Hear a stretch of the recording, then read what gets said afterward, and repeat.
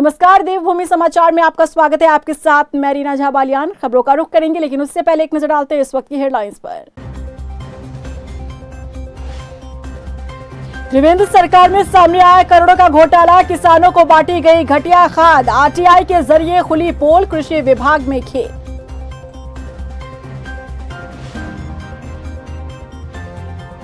ओडिशा का पर्यवेक्षक बनाए जाने से नाराज हुए कांग्रेस नेता हरक सिंह रावत, अब मांगा किसी राज्य के प्रभारी का पद, पार्टी आलाकमान की बढ़ी मुश्किलें।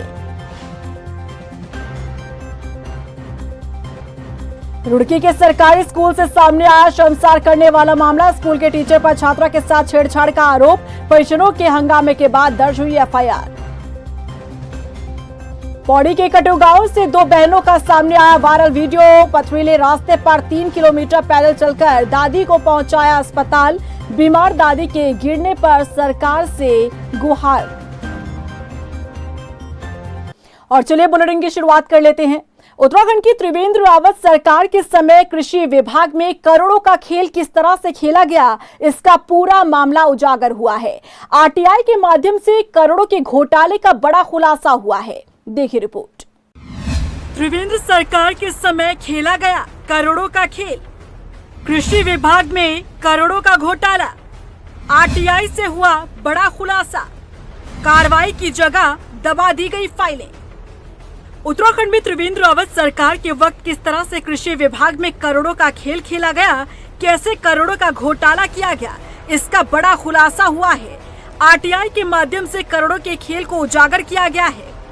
दरअसल कृषि विभाग ने साल 2019 से 20 और 2020 से 21 में किसानों को घटिया जिंक सल्फेट खाद के नाम पर बांटे गए जिंक सल्फेट के नमूने घटिया पाए जाने के बाद भी 2 साल में लगभग 40 करोड़ का जिंक सल्फेट खरीदा गया।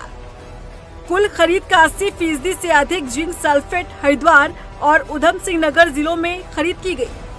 हैरानी की बात तो ये है कि भारत सरकार के केंद्रीय उर्वरक गुण नियंत्रण एवं प्रशिक्षण संस्थान फरीदाबाद की रिपोर्ट पर कार्रवाई करने के बजाय रिपोर्ट को दबा दिया गया। ज्वाइंट मजिस्ट्रेट रुड़की को सैंपल के घटिया होने की रिपोर्ट 2 साल तक दबी रही और अब फाइल गायब कर दी गई। ज्वाइंट मजिस्ट्रेट कार्यालय के मुताबिक रिपोर्ट कार्रवाई की संस्तुति के साथ ही मुख्य कृषि अधिकारी को भेजी गई थी और मुख्य कृषि अधिकारी कार्यालय इनकार कर रहा है। कृषि विभाग में घटिया जिंक सल्फेट की खरीद का खुलासा सूचना अधिकार के अंतर्गत एक अपील में हुआ है। बता दें कि 5 साल पहले किसानों को करोड़ों रुपए के घटिया जिंक सल्फेट बांटने और फाइल गायब होने के मामले में सूचना आयोग ने सख्त रुख अपनाया है। सूचना आयुक्त योगेश भट्ट ने डीएम हरिद्वार को 1 महीने में जांच रिपोर्ट पेश करने के लिए कहा है। राजधानी देहरादून में मुख्यमंत्री पुष्कर सिंह धामी ने पशुधन मिशन योजना के लाभार्थियों को चेक बांटे। इसके अलावा सीएम धामी ने आंचल शहद को भी लॉन्च किया। सर्वे ऑफ इंडिया ऑडिटोरियम में आयोजित इस कार्यक्रम में पशुपालन विभाग ने कार्यक्रम में कैबिनेट मंत्री सौरभ बहुगुणा और कृषि मंत्री गणेश जोशी ने भी हिस्सा लिया। कार्यक्रम में इस मौके पर कैबिनेट मंत्री सौरभ बहुगुणा ने कहा कि पशुपालन क्षेत्र में सरकार की कोशिश रंग ला रही है। पशुपालकों की आर्थिक स्थिति को सुधारने के लिए सरकार हर मुमकिन कोशिश कर रही है। पूर्ण करने के लिए हमने ये योजना लॉन्च करी थी, मुख्यमंत्री पशुधन योजना, जिससे कि कभी भी कोई स्टेट के पास अपनी एक योजना हो जिससे पशुपालकों को हम भलाई कर सकें, पशुपालकों को हम योजनाओं से लाभान्वित कर सकें। उस सापेक्ष हमने ये योजना लॉन्च करी थी। इसका लक्ष्य हमने 1 साल का 1500 लाभार्थियों का रखा था, लेकिन क्योंकि ये योजना इतनी अच्छी है, हमको लगभग 1800 लोगों ने अभी तक इसमें अप्लाई किया हुआ है। 1500 लोगों की योजनाओं को लगभग हमारे जो बैंक्स हैं उनको स्वीकृति मिली है। वहीं ट्रेन से सफर करने वाले यात्रियों के लिए अच्छी खबर है। राजधानी देहरादून से लखनऊ के लिए वंदे भारत ट्रेन का संचालन शुरू हो गया है। मंगलवार को प्रधानमंत्री नरेंद्र मोदी ने ट्रेन को वर्चुअली हरी झंडी दिखाकर रवाना किया। बता दें कि ये ट्रेन 110 किलोमीटर प्रति घंटे की रफ्तार से चलकर 8 घंटे में देहरादून से लखनऊ का सफर तय करेगी। देहरादून रेलवे स्टेशन पर आयोजित कार्यक्रम में मौजूद सीएम धामी ने पीएम मोदी और केंद्रीय रेल मंत्री का आभार जताया। भाइयों बहनों, स्वदेश में निर्मित भारत की पहली semi high speed train Vande Bharat उभरते हुए भारत की बुलंद तस्वीर प्रदर्शित करती है। मुझे उम्मीद है कि यह हाई सेमी स्पीड ट्रेन देवभूमि के दुर्गम पहाड़ों पर भी दौड़कर एक नया कीर्तिमान स्थापित करेगी। इसके साथ ही हम सब जानते हैं आदरणीय प्रधानमंत्री जी का जो हमारे राज्य के साथ जो लगाव है वो किसी से छुपा हुआ नहीं है। इसी के कारण से उत्तराखंड में केंद्र सरकार के सहयोग से तेजी से विकास की योजनाएं आगे बढ़ रही हैं। पिछले अगर हम 10 वर्षों की बात करें तो 2 लाख करोड़ से भी ज्यादा की योजनाएं उत्तराखंड राज्य के लिए स्वीकृत हुई हैं। कांग्रेस प्रदेश अध्यक्ष करण माहरा ने आरोप लगाया है कि आजादी के 77 साल बाद भी बीजेपी और आरएसएस ने बाबा भीमराव अंबेडकर के संविधान को स्वीकारा नहीं है। करण माहरा ने कहा कि आज सत्ता पक्ष में बैठे सांसद संविधान को बदलने के लिए लोकसभा में 400 सीटों का मत हासिल करने की अपील कर रहे हैं। भाजपा और आरएसएस ने आज तक भारत के कॉन्स्टिट्यूशन को, संविधान को पूरी तरीके से स्वीकार नहीं किया है और लगातार उनके सांसद जो हैं वो अजीब अजीब बयान लगातार दे रहे हैं। उनका एक भाजपा के सांसद का बयान कि 400 सीट हमको चाहिए क्योंकि हमको संविधान बदलना है, ये नरेंद्र मोदी जी और उनके साथियों के तथा संघ परिवार के छुपे हुए एजेंडे की ओर को इशारा है। केंद्र की मोदी सरकार ने बड़ा कदम उठाते हुए देश में सीए को लागू कर दिया है। सरकार के इस कदम पर अलग अलग प्रतिक्रिया सामने आ रही है। वहीं उत्तराखंड के मुख्यमंत्री पुष्कर सिंह धामी के साथ बीजेपी का क्या कुछ कहना है इस कानून को लेकर, देखिए इस रिपोर्ट में।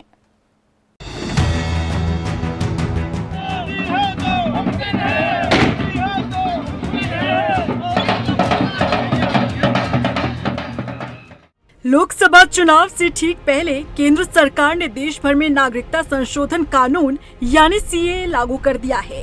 केंद्रीय गृह मंत्रालय ने सोमवार को इसकी अधिसूचना जारी कर दी है, जिसके साथ ही ये कानून प्रभावी भी हो गया है। 4 साल 2 महीने के लंबे इंतजार के बाद इसे लागू किए जाने के साथ ही पाकिस्तान, बांग्लादेश और अफगानिस्तान से आए बिना दस्तावेज वाले अल्पसंख्यक गैर मुस्लिम शरणार्थियों को भारत की नागरिकता मिलने का रास्ता साफ हो गया है। केंद्र की मोदी सरकार के इस फैसले पर उत्तराखंड के मुख्यमंत्री पुष्कर सिंह धामी का कहना है कि ये बड़ा ऐतिहासिक कदम है जिसे प्रधानमंत्री नरेंद्र मोदी ने पूरा कर दिखाया है। जिस तरीके से जम्मू कश्मीर से धारा 370 हटाई गई, अयोध्या में राम मंदिर बन गया, ठीक उसी तरह से नागरिकता संशोधन कानून को मोदी सरकार ने लागू कर अपना वादा पूरा किया है। ये देखिए, ये एक बहुत बड़ा ऐतिहासिक कदम था। माननीय प्रधानमंत्री जी के नेतृत्व में जिस प्रकार से देश के अंदर धारा 370 समाप्त हुई, कश्मीर भारत का अभिन्न अंग बन गया, अयोध्या में भगवान राम की प्राण प्रतिष्ठा हो गई, भगवान राम का भव्य और दिव्य मंदिर बन गया। इसी प्रकार से बांग्लादेश में, अफगानिस्तान में, पाकिस्तान में रहने वाले जो हिंदू थे, फारसी थे, बौद्ध थे, जैन थे, उन सभी को, सिख थे, उन सभी को भारत की नागरिकता मिल जाएगी। ये उनकी सुविधा के लिए बनाया था। जो पीड़ित थे, जिनके साथ अत्याचार हुआ, अन्याय हुआ, उन सभी को भारत में इस कानून के बन जाने से यहाँ की नागरिकता मिल जाएगी। इसके लिए मैं आदरणीय प्रधानमंत्री जी का और गृह मंत्री जी का धन्यवाद करता हूँ। वहीं राज्यसभा सांसद नरेश बंसल का कहना है कि कुछ लोग नागरिकता संशोधन कानून को लेकर भ्रम फैलाने का काम कर रहे हैं। ये बहुत चिर प्रतीक्षित था। 4 साल पहले कानून बन गया था, लेकिन उसकी नियमावली और सब बन रही थी, वो प्रक्रिया पूरी हुई है। उससे वो लोग जो पाकिस्तान, बांग्लादेश और अफगानिस्तान में धार्मिक उपासना के कारण से प्रताड़ित थे, जैन, सिख, बौद्ध, हिंदू, पारसी, उन सबको नागरिकता मिलेगी। उनका सपना पूरा होगा, उनके बच्चों का भविष्य शानदार होगा, वो पढ़ सकेंगे, रोजगार प्राप्त कर सकेंगे। ये कानून के बारे में जो लोग भ्रम फैलाते हैं, मैं आपके माध्यम से ये भी क्लियर करना चाहता हूँ कि ये कानून किसी की नागरिकता छीनने का कानून नहीं है। सीएए को लेकर लोकसभा चुनाव से पहले सियासत भी देखने को मिल रही है। वहीं केंद्र सरकार के द्वारा हिंदू, जैन, बौद्ध, फारसी और सिख समुदाय के उन शरणार्थियों के लिए भारत की नागरिकता के दरवाजे खोले गए जो पाकिस्तान, बांग्लादेश और अफगानिस्तान में अत्याचार सहने के बाद भारत में आए और भारत में उन्होंने शरण ली। सीएए किसी व्यक्ति को खुद नागरिकता नहीं देता, इसके जरिए पात्र व्यक्ति आवेदन करने के योग्य बनता है। ये कानून उन लोगों पर लागू होगा जो 31 दिसंबर 2014 को या उससे पहले पाकिस्तान, अफगानिस्तान और बांग्लादेश से भारत आए थे। इसमें प्रवासियों को वो अवधि साबित करनी होगी कि वो इतने समय में भारत में रह चुके हैं। उन्हें ये भी साबित करना होगा कि वो अपने देशों में धार्मिक उत्पीड़न की वजह से भारत आए हैं। उधर कांग्रेस प्रदेश अध्यक्ष करण मारा ने चुनाव से ऐन पहले सीएए का नोटिफिकेशन जारी करने पर केंद्र सरकार की मंशा पर सवाल खड़े किए हैं। करण मारा ने कहा कि 10 साल के कार्यकाल के बाद मोदी सरकार चुनाव से चंद दिन पहले ये कानून लाई है, जिस वजह से कांग्रेस को केंद्र की सरकार की नीयत पर शक है।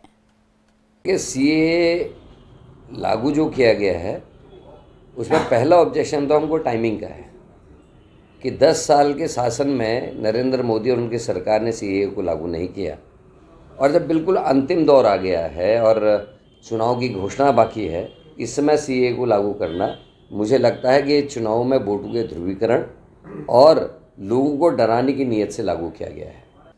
वहीं बीजेपी प्रदेश अध्यक्ष महेंद्र भट्ट ने नागरिकता संशोधन अधिनियम का स्वागत किया है। इसके अलावा महेंद्र भट्ट ने सीएए पर विपक्ष द्वारा उठाए जा रहे सवालों का जवाब भी दिया है। महेंद्र भट्ट ने क्या कुछ कहा, सुनिए। भैया, सीएए हमारे घोषणा पत्र का अंग था, हमने इसको कानून बनाया, अब लागू हम अपनी सरकार में कर रहे हैं। समय कौन सा चुना जाना है ये कांग्रेस से पूछ के तय नहीं होता है। ये ठीक है कि आज सीए के बाद जो माहौल बना है वो हमारे लिए बहुत पॉजिटिव है, और बड़ी संख्या में ऐसे लोग जिन्होंने देश की आज़ादी का युद्ध सामूहिकता से लड़ा, बड़ी संख्या में उन देशों के अंदर है जहाँ उन पर अत्याचार अन्याय हो रहा है, और 2014 से पहले जो भारत में आए थे उन सबको नागरिकता देने का काम है। किसी की नागरिकता को छीनने का कोई प्रावधान नहीं है, इसलिए मैं कह सकता हूँ बड़ी संख्या में इसका जन समर्थन। वहीं उत्तराखंड बीजेपी अपने घोषणा पत्र के जरिए जनता को साधने की कोशिश कर रही है। दरअसल बीजेपी अपने मैनिफेस्टो को तैयार करने के लिए जनता से सुझाव ले रही है। बीजेपी के इस अभियान को लेकर प्रदेश उपाध्यक्ष कैलाश शर्मा ने बताया कि बीजेपी कार्यकर्ता पीएम मोदी के विकसित भारत के विजन को साकार करने के लिए विभिन्न क्षेत्रों में काम करने वाले लोगों से सुझाव ले रही है ताकि उसे घोषणा पत्र में शामिल किया जा सके। हमारे देश के यशस्वी प्रधानमंत्री जी ने संकल्प लिया और हिंदुस्तान की लोकसभा को भी बताया, लोकसभा के माध्यम से हिंदुस्तान वासियों को भी बताया कि हम हिंदुस्तान को 2047 तक विकसित भारत की श्रेणी में प्रथम पंक्ति पर खड़ा करेंगे। और क्योंकि हम राजनीतिक दल के लोग हैं, लोकसभा 2024 का निर्वाचन की प्रक्रिया लगभग प्रारंभ हो गई है। इस लोकसभा के माध्यम से क्योंकि हर राजनीतिक दल हर चुनाव में अपना घोषणा पत्र जारी करता है, हम आने वाले 5 सालों में क्या क्या काम करेंगे, हम किन किन योजनाओं के लिए काम करेंगे, हम किन किन मुद्दों को लेकर काम करेंगे, और जनता के बीच में जाते हैं। लगता है कि पूर्व मंत्री हरक सिंह रावत अपनी नई जिम्मेदारी को पाकर खुश नहीं है, तभी तो उन्होंने किसी भी प्रदेश का उन्हें प्रभारी बनाने की इच्छा जाहिर की है। ऐसे में सवाल है कि क्या कांग्रेस हाईकमान हरक की इच्छा पर गौर करेगा। देखिए रिपोर्ट। अपनी नई जिम्मेदारी से नाखुश हरक सिंह रावत, किसी प्रदेश का प्रभारी बनने की जताई इच्छा, क्या हाईकमान पूरी करेगा मांग? कांग्रेस हाईकमान ने भले ही पूर्व कैबिनेट मंत्री और कांग्रेस के वरिष्ठ नेता हरक सिंह रावत को ओडिशा प्रदेश का ऑब्जर्वर नियुक्त किया हो, लेकिन वो इस पद से नाखुश दिखाई दे रहे हैं। उन्होंने कांग्रेस हाईकमान से किसी प्रदेश का प्रभारी बनने की इच्छा जताई है। उन्होंने बड़ा बयान देते हुए कहा कि कांग्रेस कोई ऐसा प्रदेश उन्हें दे दे जहां कांग्रेस कमजोर स्थिति में हो। अपने राजनीतिक अनुभवों को लेकर उस प्रदेश में कांग्रेस को 5 सालों के भीतर नंबर 1 पोजीशन पर खड़ा कर देंगे। साथ ही उन्होंने कहा कि वो उत्तराखंड विधायक की राजनीति नहीं करना चाहते, लेकिन उन पर हाईकमान ने अगर भरोसा किया तो वो लोकसभा के लिए उत्तराखंड की राजनीति करना चाहेंगे।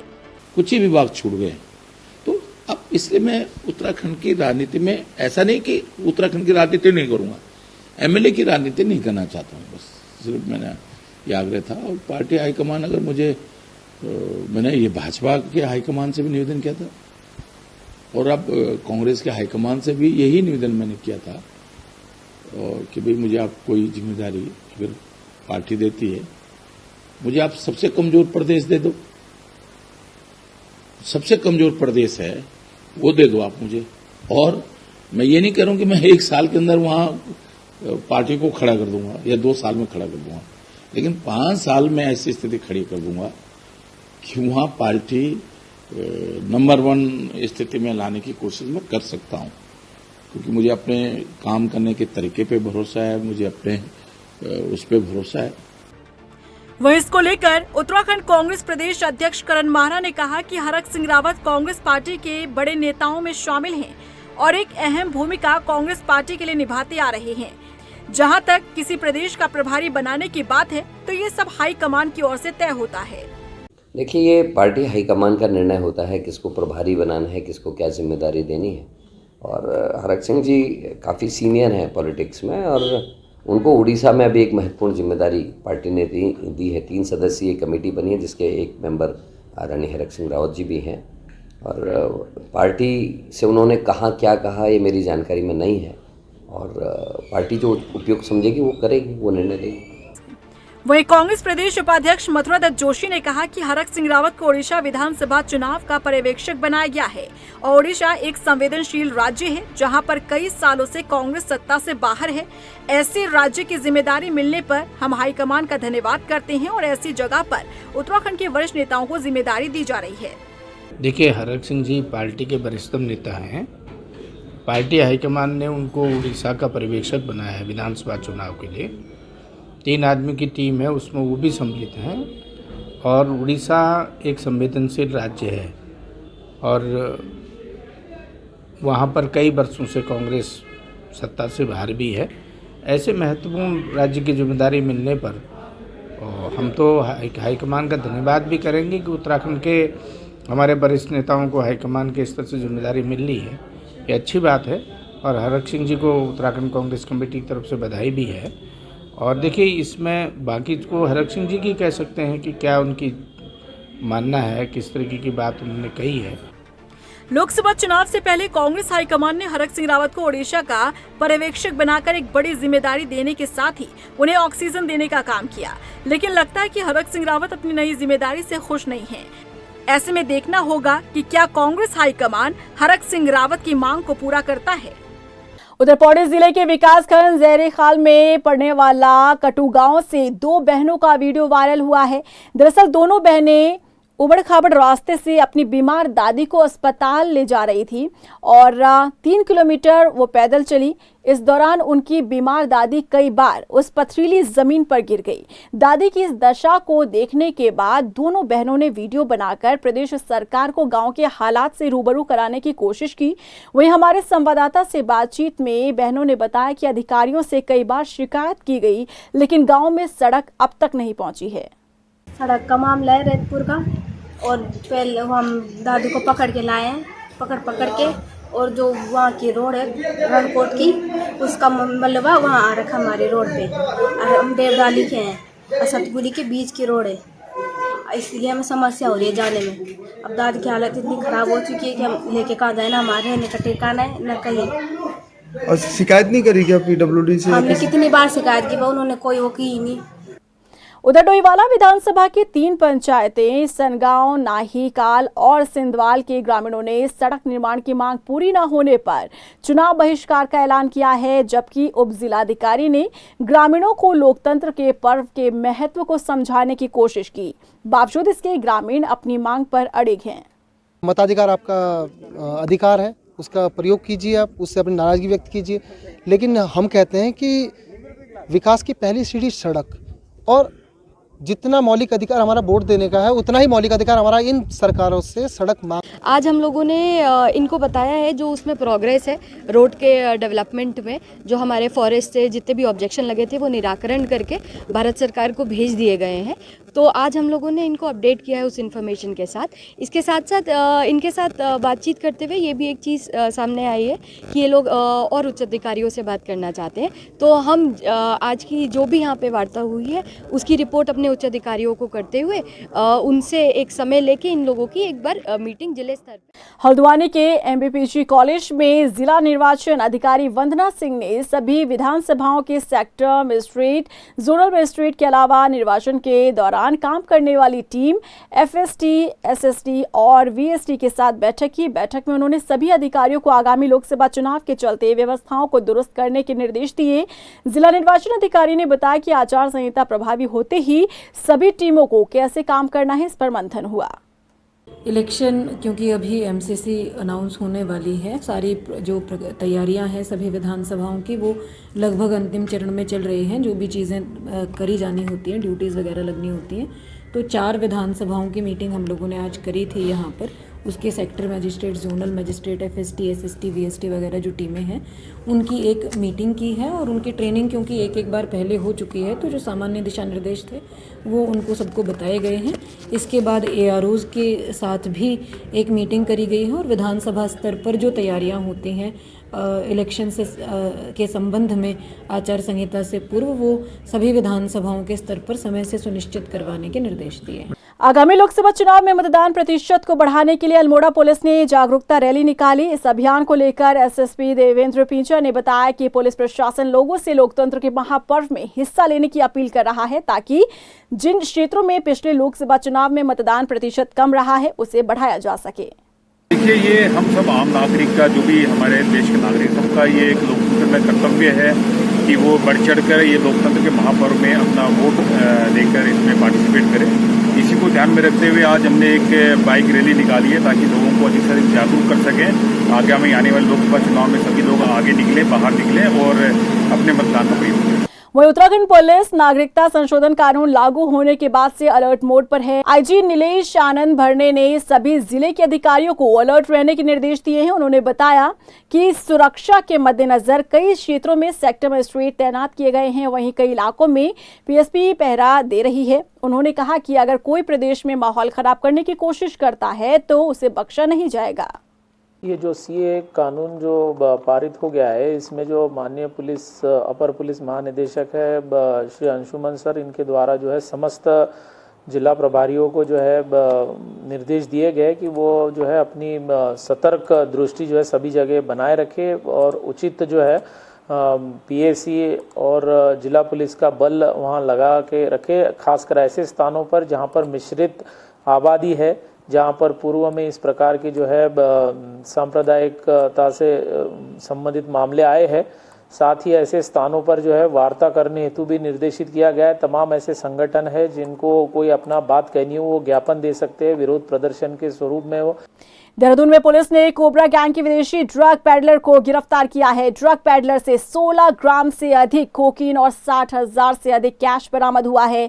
अहम बात यह है कि ड्रग पैडलर दून के एक जाने माने स्कूल की पूर्व टीचर है। देहरादून के एसएसपी अजय सिंह के मुताबिक आरोपी महिला दिल्ली से कोकीन लाकर देवभूमि में बड़ी पार्टियों में सप्लाई किया करती थी। थाना राजपुर क्षेत्र में अभी कुछ दिन पूर्व जो है 3 लोग को अरेस्ट किया गया था जिनके पास से कोकीन बरामद हुई थी। प्रारंभिक जांच में पता चला था कि एक गैंग जो है दिल्ली से अफ्रीकन नेशनल है जो यहाँ पर सप्लाई कर रहे हैं। लगातार इस पर इनपुट को इकट्ठा किया जा रहा था। कल सूचना पर एक चेकिंग अभियान के दौरान कि ये लोग निकलने वाले हैं, कहीं पर सप्लाई होने वाली है, उस पर डाइवर्जन पर जो है गाड़ी चेक की गई रोककर, तो उसमें एक युगांडा की नेशनल है उनको अरेस्ट किया गया और उससे भी कोकीन बरामद की गई। साथ ही साथ एक युवक और युवती को भी अरेस्ट किया गया। और इसी के साथ फिलहाल इस बुलेटिन में बस इतना ही, लेकिन चलते चलते एक नजर डालते हैं इस वक्त की हेडलाइंस पर।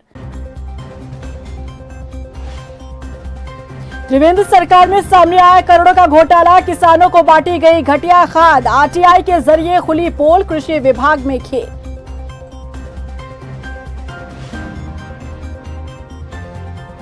ओडिशा का पर्यवेक्षक बनाए जाने से नाराज हुए कांग्रेस नेता हरक सिंह रावत, अब मांगा किसी राज्य के प्रभारी का पद, पार्टी आलाकमान की बढ़ी मुश्किलें।